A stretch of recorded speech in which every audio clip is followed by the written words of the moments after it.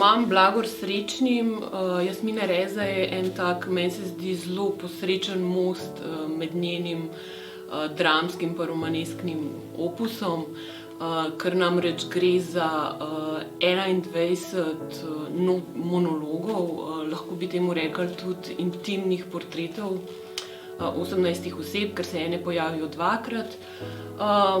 In sprva pač se mogoče zdijo malo nepovezani, ampak v bistvu z vsakim poglavjem, se pravi z vsakim portretom, lahko bralec potem splete neke niti in v bistvu ugotovimo, da so v bistvu vse te osebe povezane v en tak mikrokozmos, v eno skupno okolje, skratka vse veže neka skupna zgodba, zdaj bodisi neka družinska razmerja, bodisi neka ljubezenska razmerja. Skratka, Jasmina Reza tukaj, tako kot tudi v svojih dramah, ki so verjetno Slovencem mičkeno bolj poznane, ker so na slovenskih odrih že praktično 30 let uprizarjajo.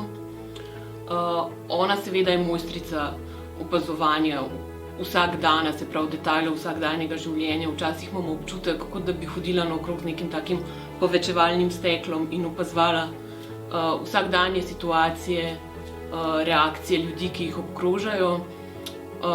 In to povečala do te mere, da iz tega potem nekako se porodi tudi nek tak odličen humor, ki je popolnoma, kako bi rekla, popolnoma sproščen, popolnoma nenarejen, ki ga doseže v bistvu s tem pretanjenim pogledom na vsakdanji svet.